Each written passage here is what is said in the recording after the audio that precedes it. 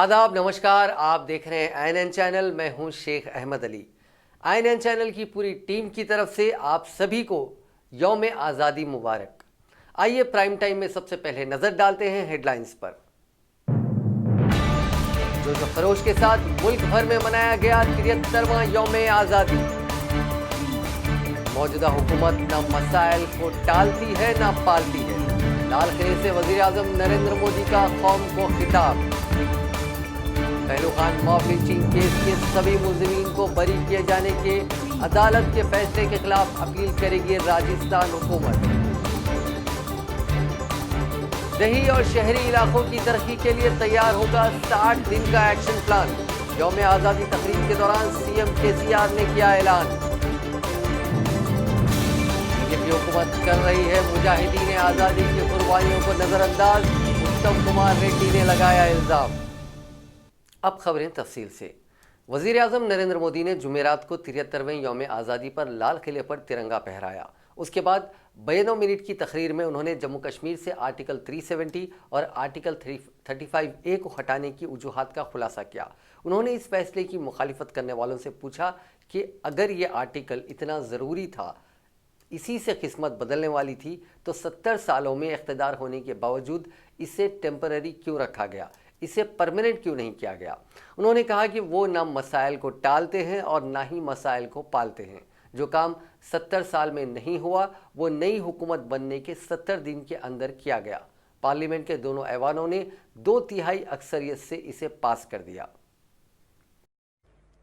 जो काम पिछले 70 साल में नहीं हुआ, नई सरकार बनने के बाद 70 दिन के भीतर आर्टिकल 370 और 35A को हटाने का काम भारत की दोनों सदनों ने, राज्यसभा और लोकसभा ने 2/3 बहुमत से पारित कर दिया।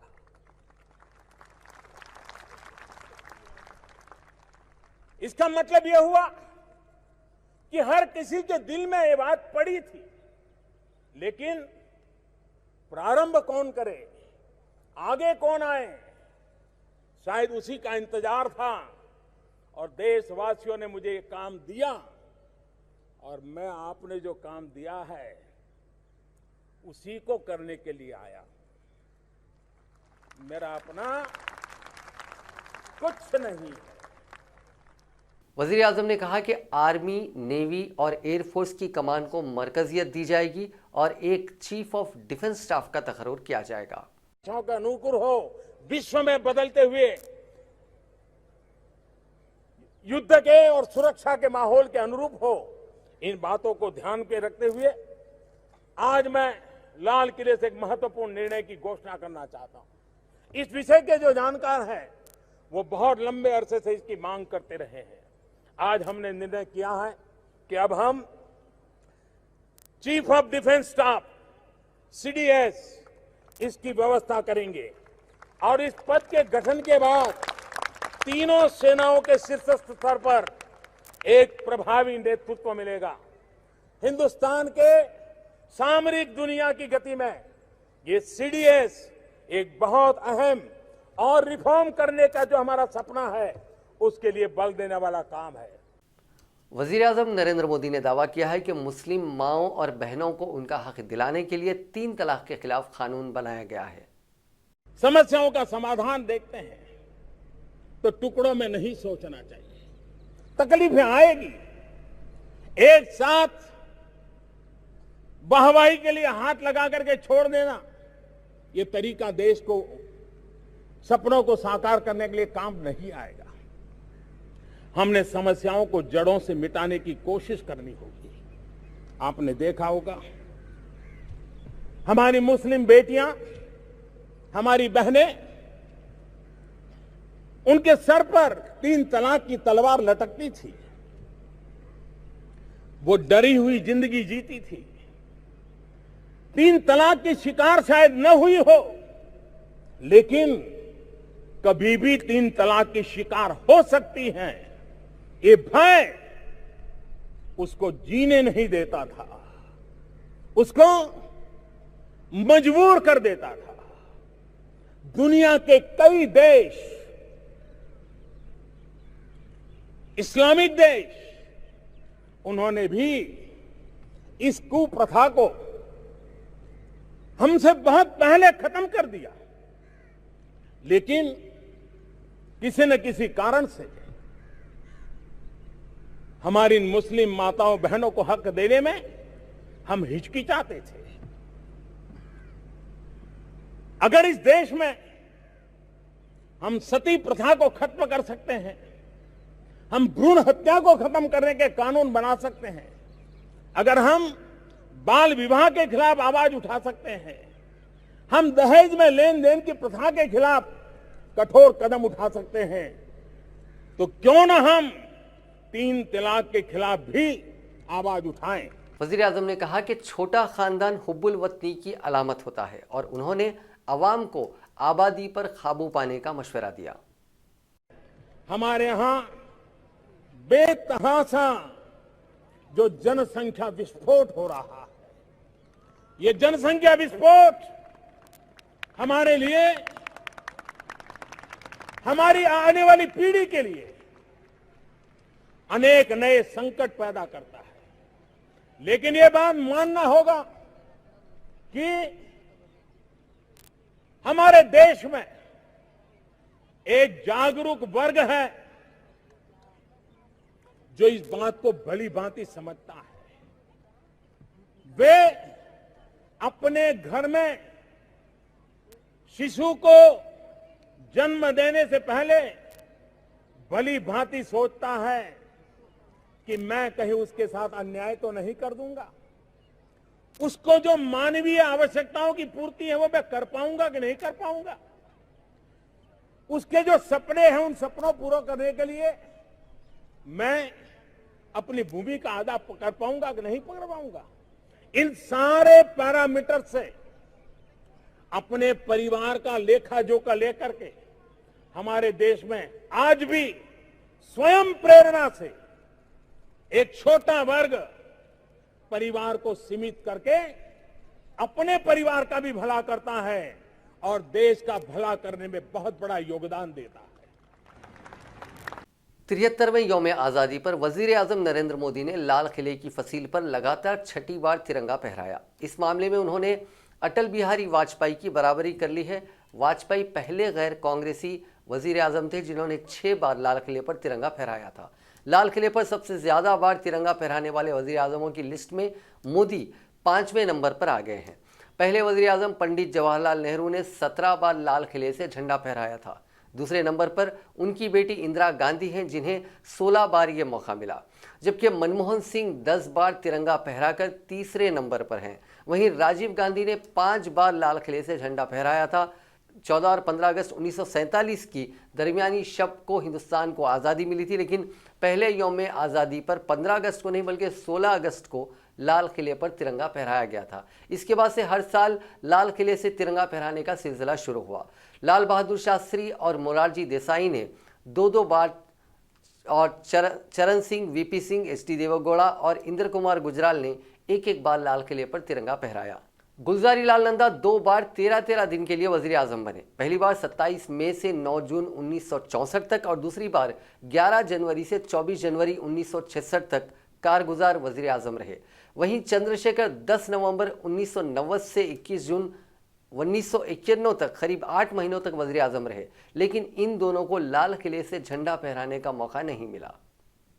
कांग्रेस सदर सोनिया गांधी ने पार्टी हेडक्वार्टर्स में हिंदुस्तानी परचम लहराकर मुजाहिदीन आज़ादी की कुर्बानियों को याद किया। कांग्रेस की अबूरी सदर सोनिया गांधी ने परचम कुशाई के बाद वहां मौजूद बच्चों में मिठाइयां भी तकसीम की। इस मौके पर साबिक वज़ीर आज़म डॉक्टर मनमोहन सिंह, साबिक पार्टी सदर राहुल गांधी, कपिल सिब्बल, अहमद पटेल समेत कई अहम सियासी हस्तियां भी मौजूद थीं।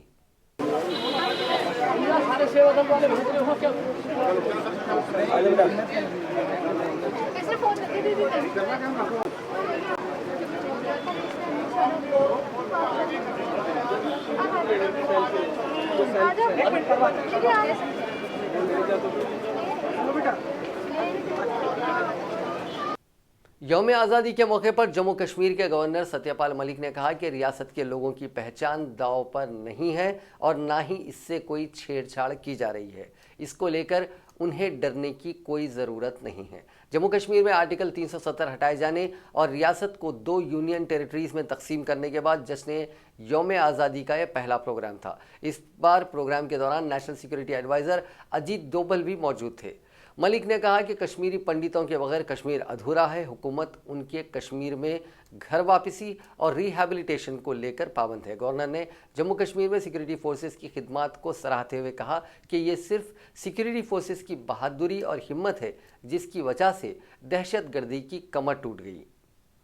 राजस्थान के वज़ीर आला अशोक गहलोत ने ऐलान किया है कि उनकी हुकूमत पहलू खान मॉब लिंचिंग मामले में अलवार के एडिशनल डिस्ट्रिक्ट एंड सेशंस जज के फैसले के खिलाफ अपील करेगी। अलवार कोर्ट ने पहलू खान कत्ल मामले में सभी 6 मुलजिमीन को बरी कर दिया है। उन्होंने कहा कि राजस्थान हुकूमत पहलू खान के खानदान को इंसाफ दिलाने के लिए पुरअज़्म है।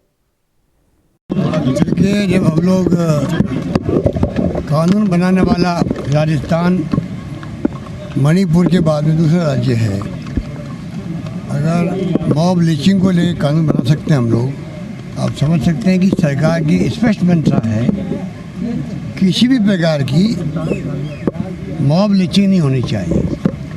अगर 2 या 2 से अधिक लोग मिलकर किसी को मारने लग जाए, एक व्यक्ति की जान चली जाए, इससे बड़ा निंदनीय काम क्या हो सकता है। सरकार ने सोच समझ करके इस कानून को पास करवाया है, जल्दी वो लागू हो जाएगा।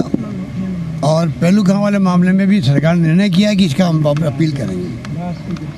73वें यौम आज़ादी के मौके पर जुमेरात को तेलंगाना में बड़े पैमाने पर तकारीब मनाई गई। हुकूमत तेलंगाना के ज़ेर एहतमाम मरकज़ी तकरीब तारीखी किले गोलकुंडा में 10 बजे दिन मुनक़िद की गई, जिसमें वज़ीर आला के चंद्रशेखर राव ने कौमी परचम लहराया और आवाम से खिताब किया। तमाम ज़िला हेडक्वार्टर्स पर भी यौम आज़ादी तकारीब का जोश व खरोश के साथ इनेकाद किया गया। वज़ीर दाखिला मोहम्मद महमूद अली ने कुत्तागुडम में तिरंगा लहराया। हैदराबाद हाई कोर्ट पर चीफ जस्टिस राघवेंद्र सिंह चौहान ने परचम कुशाई की। मजलिस इत्तेहादुल मुस्लिमीन के सदर बैरिस्टर असदुद्दीन अवैसी ने मदीना बिल्डिंग चौराहे पर यौम आज़ादी के मौके पर परचम कुशाई की। गांधी भवन पर प्रदेश कांग्रेस कमेटी सदर उत्तम कुमार रेड्डी ने तिरंगा लहराया। बीजेपी के तेलंगाना हेडक्वार्टर पर सदर पार्टी डॉक्टर के लक्ष्मण ने तिरंगा लहराया। टीआरएस हेडक्वार्टर पर कारगुजार सदर टीआरएस केटी रामाराव ने परचम कुशाई की। तेलंगाना तेलुगुदेशम पार्टी के नायब सदर राम नायक ने परचम कुशाई अंजाम दी। जीएचएमसी हेड ऑफिस पर मेयर राम मोहन ने परचम कुशाई की। चीफ मिनिस्टर चंद्रशेखर राव ने कहा है कि दही और शहरी इलाकों को मिसाली बनाने के लिए नए क़वानीन तैयार किए जा रहे हैं। बेहतर हुक्मरानी के लिए पुराने क़वानीन की जगह नए क़वानीन मुतारिफ करवाए जा रहे हैं। यौम आज़ादी तकरीब के मौके पर शहर के तारीखी किले गोलकुंडा में कौमी परचम कुशाई के बाद मुनक़िदा तकरीब से खिताब करते हुए चीफ मिनिस्टर ने रियासत की तरक्की और अवामी फलाह बहबूद के लिए किए जाने वाले इक़दामात का तफसीली तस्करा किया। अपने खिताब में चंद्रशेखर राव ने कहा कि तेलंगाना तेज़ी के साथ तरक्की करने वाली रियासत है। रियासत की आमदनी में भी काबिल लिहाज तरक्की हुई है। माली साल 2018-19 में 14.85% तरक्की दर्ज हुई है। कालेश्वरम प्रोजेक्ट को मुकम्मल कर लिया गया है, जिसमें गोदावरी से 400 टीएमसी पानी ज़ख़ीरा किया जाएगा। महबूब नगर के ज़ेरे इल्तवा प्रोजेक्ट्स मुकम्मल करते हुए ज़िले की 10 लाख एकड़ अराजी सैराब की गई है। पालामू रंगारेड्डी लिफ्ट इरिगेशन प्रोजेक्ट को मुकम्मल करते हुए अजला महबूब नगर, विकाराबाद, रंगारेड्डी की मजीद अराजियात को सैराब किया जाएगा। किसानों को हर साल 10,000 रुपये फ़ी एकड़ माली इमदाद की जा रही है। तेलंगाना में तवील अरसे से ज़ेरे इल्तवा मसाइल को हल कर लिया गया। बरकी बहरान पर काबू पाते हुए तेलंगाना को फाजिल बरकी पैदा करने वाली रियासत में तब्दील किया गया। चीफ मिनिस्टर ने कहा कि दही और शहरी इलाकों की तरक्की के लिए 60 दिन के प्लान को तैयार किया जा रहा है, जिसमें मकामी मसाइल बशमूल गंदे पानी की नक्कासी, नाकिस बरकी खम्भों की तब्दीली, घर के ऊपर से गुजरने वाली तार की तब्दीली की जाएगी। इस प्लान के लिए फाइनेंस कमीशन से फंड्स जारी किए जाएंगे। यौम आज़ादी के मौके पर तेलंगाना हुकूमत हर साल किले गोलकुंडा पर तेलंगाना की तहजीब को उजागर करने के लिए मुख्तलिफ तहजीबों की झलकियाँ पेश करती हैं। तेलंगाना तश्कील के बाद किले गोलकुंडा में यौम आज़ादी तकरीब मनाने केसीआर के फैसले और तहजीब को उजागर करने के तरीक़े की काफ़ी सताइश की गई थी, क्योंकि केसीआर ने तेलंगाना तहजीब को मुकम्मल पेश किया था। गुज़िश्ता 5 साल से ये सिलसिला जारी था। लेकिन इस बार यौम आज़ादी तकरीब से हैदराबाद के मशहूर मरफा और शेरी बाजे को बर्खास्त कर दिया गया। अब ये सवाल पैदा होता है कि केसीआर हुकूमत ने किसको खुश करने के लिए हैदराबादी तहजीब से जुड़े मरफे और शेरी बाजे को इस साल सरकारी तकरीब से अलग कर दिया। कांग्रेस के हेडक्वार्टर्स गांधी भवन में 73वें यौम आज़ादी का जश्न मनाया गया। पीसीसी सदर व रुकन पार्लियामेंट उत्तम कुमार रेड्डी ने कौमी परचम लहराया। तकरीब से खिताब करते हुए उत्तम कुमार रेड्डी ने कहा कि मुल्क की आज़ादी के लिए कई शख्सियतों ने जद्दोजहद की थी और जंग आज़ादी में हिस्सा लिया था, लेकिन बदकिस्मती से बीजेपी उन्हें नज़रअंदाज कर रही है। जवाहरलाल नेहरू की तारीख को मसख करने की कोशिश की जा रही है। मुल्क की आज़ादी के लिए जवाहरलाल नेहरू 22 मरतबा जेल गए थे। ऐसी शख्सियत की पार्लियामेंट में तौहीन की गई। उत्तम कुमार रेड्डी ने कहा कि पार्लियामेंट में ऐसे बिल्स को मंजूरी दी गई है जिससे अवाम को कोई फ़ायदा नहीं होगा और उनसे इंसानी हुकूक़ की खिलाफ वर्जी होती है। उन्होंने इल्ज़ाम लगाया कि बीजेपी ने कश्मीर की तारीख को मसख कर दिया है। उन्होंने कहा कि तेलंगाना के हुसूल के लिए भी कई अफराद ने जानों की कुर्बानी दी थी। पीसीसी सदर ने कहा कि राजीव गांधी की 75वीं जयंती तकारीब 1 साल तवील मनाई जाएगी। इस मौके पर उत्तम कुमार रेड्डी ने अवाम को राखी की मुबारकबाद भी पेश की। तकरीब में कारगुजार सदर कुसुम कुमार, नायब सदर मल्लू रवि, साबिक वज़रा मोहम्मद अली शब्बीर, जाना रेड्डी, साबिक रुकन पार्लियामेंट अंजन कुमार यादव, महिला कांग्रेस की सदर शारदा और दूसरे मौजूद थे।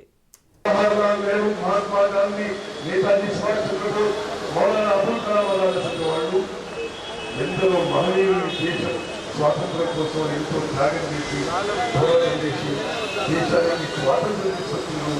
స్వాతంత్ర్యం తర్వాత మన భారతదేశాన్ని ప్రపంచ దేశాల్లోనే ఒక అగ్రగామి దేశంగా నిలబెట్టిన విషయం ఒకసారి మనం గుర్తు చేసుకుంటాం. 7 దశాబ్దాల స్వాతంత్ర్యం తర్వాత ఈరోజు దేశంలో అధికారంలో ఉన్న వాళ్ళు జవహర్లాల్ నెహ్రూ గారి ఈ దేశానికి కాన్స్టిట్యూషన్ తక్కువ చేయడం, చరిత్రని వక్రీకరించడం ఎంతో బాధాకరమైన విషయం. 22 సార్లు స్వాతంత్ర్యంలో జైలుకు పోయి 10 ఏళ్ల పాటు జైల్లో ఉన్న నెహ్రూ గారు నవభారత నిర్మాణానికి బీజాలు వేసి ఈరోజు భారతదేశం ఈ స్థాయికి చేరిన మహనీయుడు జవహర్లాల్ నెహ్రూ గారి గురించి పార్లమెంట్లో బయట ఈరోజు కేంద్రంలో అధికారంలో ఉన్న వాళ్ళు తక్కువ చేసి మాట్లాడి వారి గొప్పతనాన్ని తగ్గడానికి, చరిత్ర వక్రీకరించడానికి చేస్తున్న ప్రయత్నాలు మనం కాంగ్రెస్ నాయకత్వంగా తీసుకుంటారని మనం చెప్పాం. అదేవిధంగా ఎంతో పోరాటంతో వచ్చిన స్వాతంత్ర टीआरएस के कारगुजार सदर तारका रामाराव ने पार्टी के दफ्तर तेलंगाना भवन में 73वें यौम आज़ादी तकरीब के मौके पर कौमी परचम लहराया। इस मौके पर रुकन असम्बली डी नागेंद्र, साबिक रुकन पार्लियामेंट जी सुखेंद्र रेड्डी और दूसरे मौजूद थे। बाद अज़ान तारक रामाराव को टीआरएस के खातून लीडर्स ने राखी बांधी। केटीआर ने अवाम को राखी की मुबारकबाद पेश की। सदर कुल हिंद मजलिस इत्तेहादुल मुस्लिमीन व रुकन पार्लियामेंट हैदराबाद बैरिस्टर असदुद्दीन अवैसी ने यौम आज़ादी के मौके पर हैदराबाद के पुराने शहर के मदीना चौक पर कौमी परचम लहराया। इस मौके पर मजलिसी कायदीन और कारकुनों की कसीर तादाद मौजूद थी। हैदराबाद के कई मकामात पर मजलिस के अरकान मुखन्नना और दूसरों ने कौमी परचम लहराया। बीजेपी के रियासती सदर डॉक्टर के लक्ष्मण ने रियासत के अवाम को तयखुन दिया है कि तेलंगाना में बीजेपी के इख्तिदार में आने पर 17 सितंबर को यौम आज़ादी तेलंगाना की तकरीब सरकारी तौर पर मनाई जाएगी। बीजेपी के दफ्तर में यौम आज़ादी तकरीब के मौके पर कौमी परचम कुशाई के बाद मुनक़िदा तकरीब से खिताब करते हुए लक्ष्मण ने कहा कि तेलंगाना तहरीक के दौरान चंद्रशेखर राव ने तेलंगाना की तश्कील के बाद यौम आज़ादी तेलंगाना की तकरीब 17 सितंबर को सरकारी तौर पर मनाने का वादा किया था, लेकिन इख्तिदार में आने के 5 साल बाद भी यौम आज़ादी तेलंगाना की तकरीब सरकारी तौर पर नहीं मनाई गई। इस तरह केसीआर ने वादा खिलाफी की है। लक्ष्मण ने कहा कि एमआईएम के दबाव में आकर टीआरएस हुकूमत ये तकरीब नहीं मना रही है। उन्होंने मजलिस को फ़िरका परस्त जमात करार देते हुए कहा कि ऐसी जमात के साथ टीआरएस मुफाहमत की है।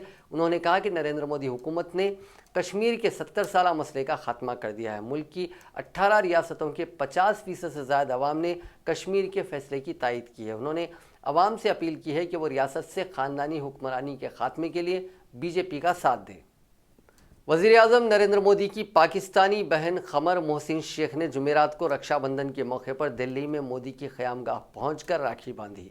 साथ ही उन्होंने उनके शोहर की बनाई हुई पेंटिंग भी मोदी को तोहफे में दी। कमर मोहसिन शेख ने इस मौके पर कहा कि वो दुआ करती है कि अगले 5 बरस में मोदी की कारकर्दगी और सारी दुनिया में उनके फैसलों को पहचान मिले। वज़ीर आला के चंद्रशेखर राव ने भी राखी त्यौहार के मौके पर आवाम को मुबारकबाद पेश की। केसीआर की हमशीराओं ने प्रगति भवन पहुंचकर केसीआर को राखी बांधी। दीगर अफराद खानदान की खवातीन ने भी राखी बांधी। वहीं टीआरएस के कारगुजार सदर के तारक रामाराव को उनकी बहन व साबिक मेंबर पार्लियामेंट कविता ने राखी बांधी।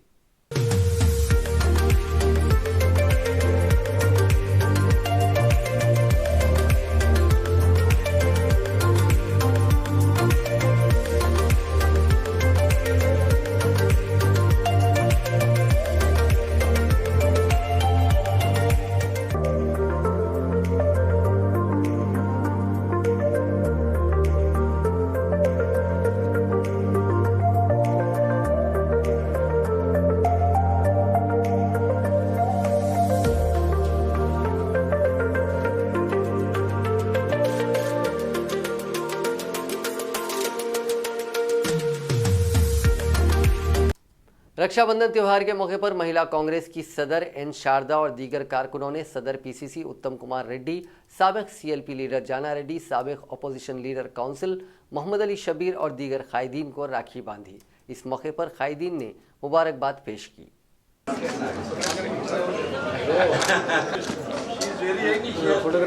Sir, I'm 48 now. I'm 48. 48 is not madam जरा हाथ नीचे 73rd इंडिपेंडेंस डे की ओकेजन पर मैं तेलंगाना कांग्रेस पार्टी की तरफ से पूरी तेलंगाना आवाम को मैं मुबारक देना चाहता हूँ। और देश की तरक्की ऐसी होनी चाहिए और all religions, all sections of society एक अच्छी माहौल में आगे जानी चाहिए। ये हम तेलंगाना कांग्रेस पार्टी में चाहते हैं। नाजरीन, आखिर में एक बार फिर से नजर डालते हैं हेडलाइंस पर। जोश खरोश के साथ मुल्क भर में मनाया गया 73वां यौम आज़ादी। मौजूदा हुकूमत न मसाइल को टालती है न पालती है। लाल किले से वजीर आजम नरेंद्र मोदी का कौम को खिताब। पहलू खान मॉब लिंचिंग केस के सभी मुलजिमीन को बरी किए जाने के अदालत के फैसले के खिलाफ अपील करेगी राजस्थान हुकूमत। शहरी और शहरी इलाकों की तरक्की के लिए तैयार होगा 60 दिन का एक्शन प्लान। यौम आज़ादी तकरीब के दौरान सीएम केसीआर ने किया ऐलान। बीजेपी हुकूमत कर रही है मुजाहिदीन आज़ादी की कुर्बानियों को नजरअंदाज, उत्तम कुमार रेड्डी ने लगाया इल्जाम। नाजरीन, आज के प्राइम टाइम में बस इतना ही। देखते रहिए INN चैनल।